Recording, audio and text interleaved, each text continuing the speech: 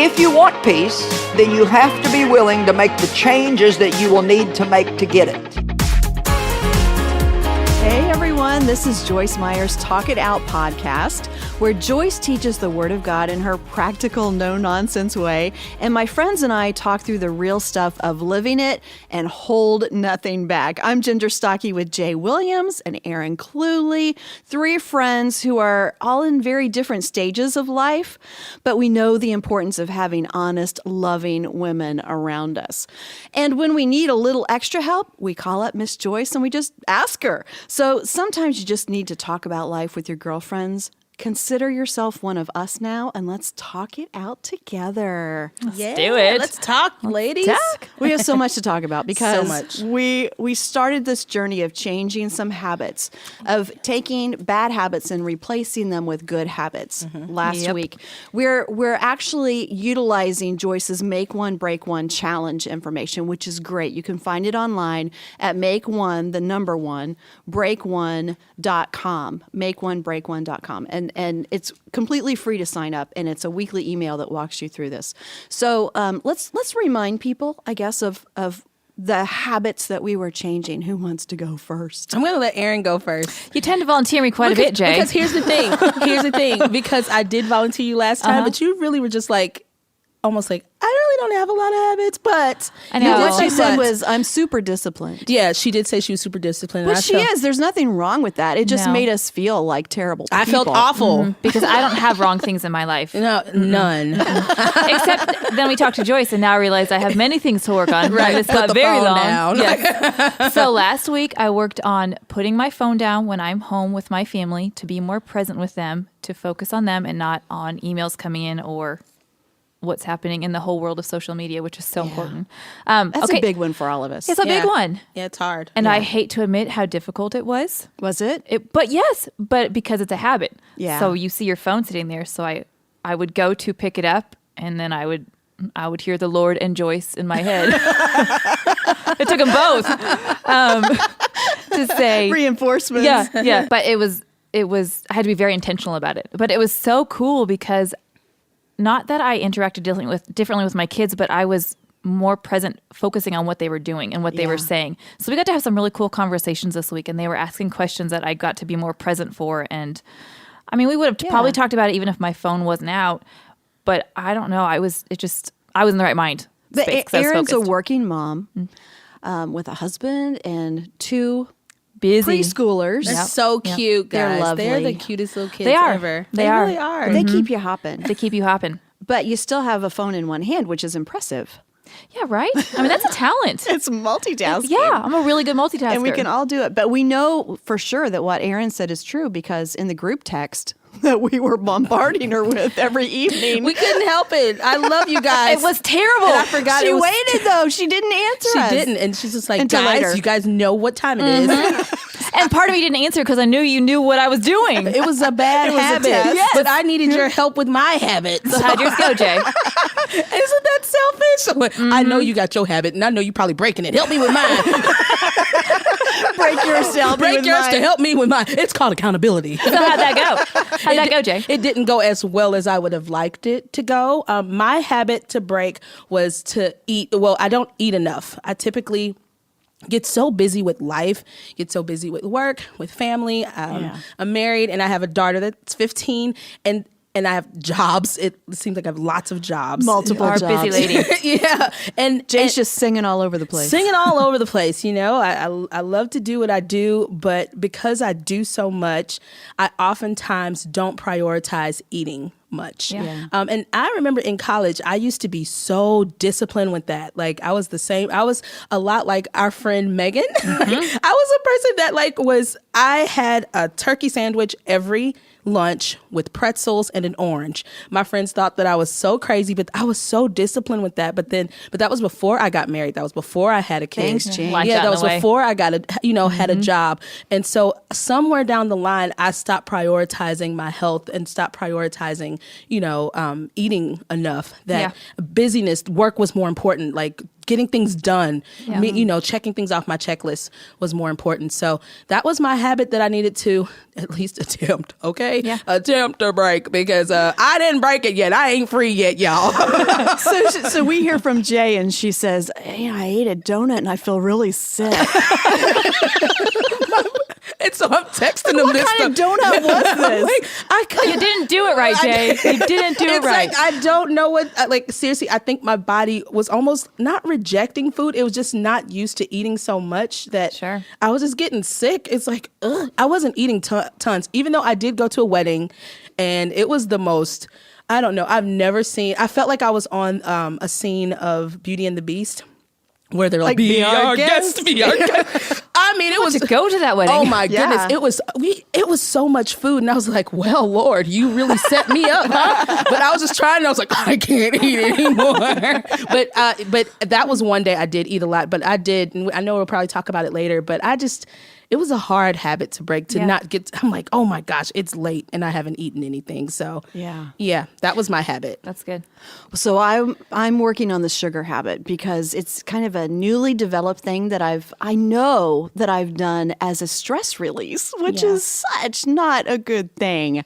And so, to be honest, this week I had more stress. I had a lot of things going on, and like all of us are, I'm a busy person. We've got a lot going on at work and in the ministry, and I've got a lot of family things happening that you want to just leave in God's hands. But sometimes if you pick up a little bit of hot chocolate or something to drink that's warm and cozy, that makes you feel better. And trust your God. cares melt away. Let me trust God as I sip this. Exactly. So I worked hard on that, and I did pretty well. It was not perfect. You did I have a long way to fantastic. go. Well, I mean, I am terrible. I asked you a couple times if you wanted one, and I know what you're doing. You totally did. I did. That was terrible. Okay, so we're in the same boat. We're all not helping each other. But the other thing we did, which because you inspired me, Aaron, to do this, we didn't turn on the television one night, which is a big deal at our What house, did you because do? I told you I just need noise all the time. I love activity and stimulation and noise. And so I talked to my husband. What? I know. She said it What was that even like? She's like, guys, I talked to my husband. Was he so confused? I like him. I still like him. So it's a good thing. Yes. So this thing that Joyce says about replacing bad habits with good habits is really true. And the whole sugar thing, I really did focus more instead of that as a stress relief by spending more time with God and praying that's more. good. And it's not easy, because it's a habit and you do it without thinking Right. about it. Yeah. It's like, what's in my hand? How did this get in my mouth? What's happening? Stop. Yeah. But when you do purposely replace it, Yeah. it just makes sense. Yeah. It works. One thing I had to remind myself was when I would fail and pick up that phone again or get distracted, just like Joyce reminded us, that doesn't mean I failed forever, but Yeah. just try again the next time. Just give myself some grace and try again. Well, to all of our friends who are listening, you're part of our girl posse too. So we want you to be part of this. We Yes. hope that you're all working on habits as well. We'd love to hear about it. And today we are going to focus on a habit that I have a huge problem with, and I know both of you do, because I know both of you. And it's the hurry habit. Oh, man. She And wrote so- this one for me. It's so true. Yes. So let's take a listen to what Joyce has to say about the hurry habit, and then we'll talk a little bit about it. Awesome. Okay. Everybody, it seems like, is in a hurry, but a lot of people don't even know where they're going. And I like what one man said, Soren Kierkegaard: most men pursue pleasure with such breathless haste that they hurry right past it. And that's true. We're so busy trying to enjoy our lives and working so we can have things that we can enjoy, and yet most of the time we're too busy to enjoy any of it. And so you can hurry on the outside, but you can also hurry on the inside. And I actually think that when you're in a rush all the time in your soul, that does a lot more damage to us than what we can ever imagine. Now, I have lots of experience with hurrying, because I have a lot of things that I'm doing, a lot of things I'm responsible for, and I'm a pretty quick person anyway. And so I've had to really work in this area, and I'm still letting God teach me in this area. My husband's mom she raised all the kids, 8, right? 8 children.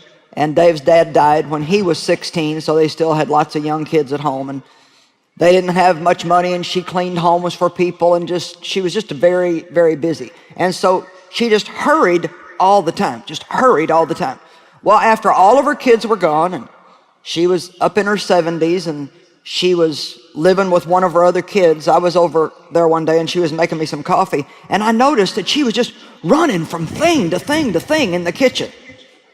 And I said, why are you in such a hurry? She said, oh, I don't know, that's just a habit I've got. And so sometimes we get in such a hurry that it becomes such a part of us that we don't even stop to think that we don't have to live that way. And I'm just encouraging you to make a decision today that you're going to calm down, enjoy the trip, enjoy the journey, take the time to enjoy some of the things that you've worked so hard to attain in your life. So this whole concept of enjoying the journey, I love that. I mean, that really is one of, I guess, the keys in my life is I love adventure. I love to accomplish a lot and go. And one of my biggest fears is to miss out on anything.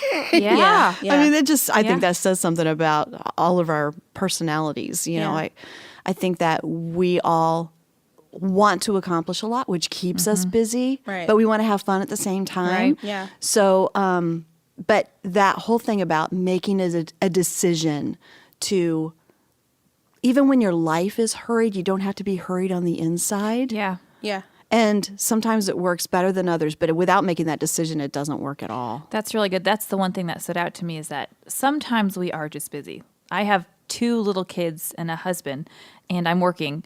And so they have to eat every day. I have to do things for them because they're too little. They have to have a bath. I have to go to work. So some of that is just part of life. But I don't have to feel so hurried on the inside. Yeah. How can you live in that space where I am enjoying my life and calm inside, even though I have a lot to do? Yeah. That's really important to stop. And that's one thing that I've learned from you, Ginger, is even in conversations, because I'm a communicator. I love to talk to people. But one thing I realized about you, Ginger, and Aaron, you do this as well. You all keep conversations going, but then you are okay with your Selah moments. And what I mean is like, you're okay with the silence for a moment. I've learned the same thing from Ginger too, because I used to feel the need to fill the silence, but you do so well at just sitting there and, I don't know, just being in the moment. I feel so boring now. No, because you have really healthy dialogue and conversation when it's time, but then I've also allowed myself, because of what I've noticed from you, is to stop and process, what's been said and what I'm going to say next. So that's something that, I'm still working on is being okay in the awkward silences sometimes, so that helps you even enjoy the conversation. So enjoying the journey, enjoying the moment, it's all things that I have to intentionally do is stop. Like even with Instagram and stuff, you want to take photos of everything. Sometimes I'm just, right. I like, okay, let me take a bunch of them now and so I can enjoy my trip, but it's hard to do sometimes. And also we're all, as we've talked about, in different stages of life, right? So Erin has 2 lovely preschoolers and she's working, and Jay is all over the globe and she's got a beautiful 15-year-old daughter, and I have 2 grown daughters and a brand new, well, actually the most lovely baby on the planet. Baby You can granddaughter. say that because mine are older, so that's okay. Yeah, specifically baby. Yes. Yeah. You may have that. So, but with all that in mind, I have always wanted, at whatever stage my kids are, to create memories. I don't want to forget the wonderful things that God has blessed us with. Yeah. And when I'm too busy, I miss those things. Yeah. I love this verse. I think about Mary. She was a mom too. And she had Jesus, who was the perfect child, which still would have been challenging because I can't even imagine some of the things that Jesus said to Mary and what that must have been like. But she also had normal kids. So, but with everything that was happening in Luke chapter 2, verse 19, but Mary treasured up all these things and pondered them in her heart, because she wasn't just running Yeah. She was creating memories. And with Joyce talking about enjoying where we are and what God has given us, Yeah. if we don't slow down enough to see those things and ponder them in our heart and treasure them, then we're running too fast and the memories go past us. I thought about that exact thing last night. We were doing bedtime, and my husband and I joke that it's a race to see how fast we can do bedtime, because by the end of the day, you're just done. And we have worked and we've done dinner and bath and all that, so we're done. So That's reasonable. Yeah, it's fair. Yeah. But there's such sweet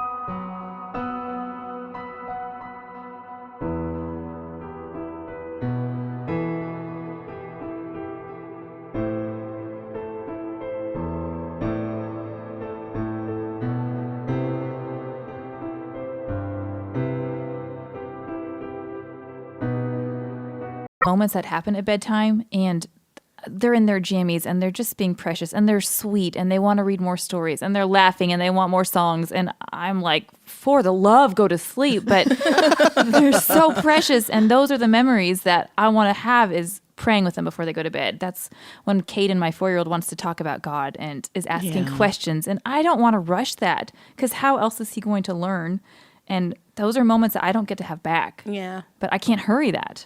Peace is such a great thing, and when we're hurried inside, Yeah. we're not peaceful. So Yeah. Joyce is going to help us out with this important point of living in peace. 1 Peter 3:11. Yeah, I'm a pretty peaceful person now. I would say that most of the time I'm just pretty peaceful. That doesn't mean that I can't get upset or that I don't still see a little temper flare once in a while, but I'm a pretty peaceful person. And you know why?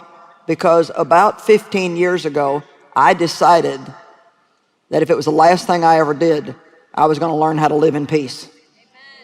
Because I had spent a large majority of my life frustrated and upset. And I found this scripture, and it really taught me a lot. This is him who wants to enjoy life and see good days, is what verse 10 says. So if you want to enjoy life and see good days, let him turn away from wickedness and shun it. Let him do right. Let him search for peace. Everybody say, search for peace. Harmony, undisturbedness from fears, agitating passions, and moral conflicts, and let him seek it eagerly. So we have to search for peace, and we have to seek it eagerly. Then it goes on to say, peace with God, peace with yourself, and peace with your fellow man. So let me just throw this out, because I always have to get this foundation in. If you're not at peace with yourself, then you're not going to find peace no matter what you do in any area of life. So the first thing you got to do is decide, okay, I'm not perfect. God knew that when he got me. I don't have to be mad at myself. I don't have to be at a war with myself because I make mistakes. I'm not where I need to be, but thank God I'm not where I used to be. I'm growing. Amen? And you can enjoy yourself while you're changing. And if you don't learn how to enjoy yourself, you're not going to learn how to enjoy anything else that you do. You know why? Because everywhere you go, you're there. So no matter what you're doing, if you don't enjoy yourself, you're going to run into yourself everywhere you're at. And you're going to be miserable. So we really need to stop all this hurrying and frustration and upset. And I want you to form a habit of being peaceful. I'm talking about breaking the hurry habit, but I really could have called it form the peace habit. I'm at the point now, and I know that many of you have reached this point too. My husband was born this way, but I wasn't. I had to catch up. Where the minute that I start to get upset, that's like my alarm clock to change something. I can't do it anymore. It's too hard on you to be upset. It takes too much of your strength and energy and power to be frustrated. And to hurry all day long just absolutely will wear you out. It just will wear you out. Hurrying is one of the major sources of a loss of peace and unpleasant display of emotions. If you want peace, how many of you want more peace? You sure? All right. If you want it, then you have to be willing to make the changes that you will need to make to get it. Not as interested in that, I guess, huh? You can't keep doing the same thing and expect to get a different result. I said you can't keep doing the same thing and expecting to get a different result. You say, well, I'm praying, I'm waiting for God to do something. You know what God will do? God will show you what to do, and He'll help you do it. We miss that. We always want to live, crazy and then expect God to come in and wipe away all the results of the way that we've lived. But you have to change things if you want to have peace. So what do you plan to do to break the hurry habit and live in the peace habit instead? Jay? I knew you were going to do that. Right on that one. Well, the first thing that I loved how Joyce said follow peace and search for peace. Yeah, pursue it. Yeah, like that's something that I can practically start doing. I'm so quick to be, like I said before, I try not to be as reactive as possible, because what that ends up being is really just me defending whatever I'm trying to do or say or whatever. I need to just find the good, find the peace. What can I do to put this fire out? Yeah. Because sometimes we're all firemen sometimes. yeah, like sometimes I'm just like, because I want my point or I want my thing to be the thing, that I become sometimes super defensive of it. And so just being like, take a breath and just be okay, find and follow, search for peace moments, Yeah. That's really good. What Me about you, too. Ginger? I'm going to do that too. No, you need your own. I need my own. Yeah, you can't copy her answer. Man. No. Okay. One thing I know that I'm going to do, and I might cry when I tell you this. You guys might cry when I tell you this. Oh no. Well, Okay. Thank you for the warning. These girls know how I hate to cry. But anyway, there are really 4 of us. There are 3 of us here, but we have another friend named Megan, who is one of our close friends, and she is moving away. We are going to cry now. I know, she's moving away this week. So we have been, we went out to lunch for Megan's last Monday at work. And then we went out to lunch for Megan's last Tuesday at work. And today we all ate together for Megan's last Wednesday at work. It's a process. I know. My point to all this is she's been with us 5 years. Mm-hmm. And I have probably taken the time to go out to lunch with all of us, or with Megan so few times. And I loved it so much. And I love being together and the hurry of my life and my job, not because they make it that, because I make it that. Yeah. I'm responsible for my schedule. And I just feel like there's so much to do that I just can't possibly take the time. Yeah. And instead, I want to spend the time to be with you guys and to enjoy other people that are here and not to just think about, the next meeting that's on my calendar or the next project that I need to work on. So I want to let go of that hurry habit, of that daily, every minute grind being so productive, and instead think about how productive it is when I just love the people that I'm with. That's really good. And I'm going to miss Megan. Me too. Can't even talk about it anymore. It's too much. That's really good. I think. What are you going to do, take Aaron? a breath. Something really cool happened this last week. Caden and I were in the car. I was dropping him off at school, and he said randomly, "What is peace?" And I thought, well, oh my goodness, how do I explain it to Such a a 4-year-old? big question. I know. And I thought, okay, what does that mean? And so I said, well, it's on the inside, you feel cozy. You feel warm and cozy. We like to talk about being cozy and snuggly. You feel cozy, even if everything around you is crazy. On the inside, you feel cozy. And so that seemed enough. We then moved on to fire trucks or something. But for that moment, that's good. So I kept thinking about that and thought, how do you feel cozy in the middle of chaos? And it's that taking a breath of, okay, what this is going to keep going around me. It's busy, but I can feel that breath on the inside, that peace on the inside. Yeah. So I want to take those moments when I feel the chaos or the anxiety or whatever it is in my hurriness, and just take a breath. Yeah. One thing too, I also need to work on is that Martha, the Martha life that you live, I live too. And I feel better about myself when I am hurrying. So Like more It's a- accomplished, oh, almost yeah. like I've done it. I'm Yeah, doing it's like it. a And pride don't you thing. love to tell people how busy you are? Yes. I Booked, do. okay? It's a horrible I'm pride busy. thing. I've just got so much to do. yeah. Because on the days when you don't you feel Booked so and embarrassed? busy, baby. Okay. Those are my words too. It's exactly what I say. I have so much going on. I can't see you today because I just have a lot on my plate. But I want to work on that. That even if I don't, if I have a slow day, that's okay. Yeah. Yeah. What can I make time for that day? Who could I hang out with that day? Or I need to not find my identity in my hurriness. Is that a real word? Hurriness? I like it. It's now. It Yeah. is Yeah, now. my hurriness. And but you know what? That makes me think about today's society and how we don't want to look lazy. No. You Or like I know? can't do it. Yeah. Like So sometimes it makes you, it can make, I'm like, I am busy. I have things to do. Okay. I'm making money moves. Okay.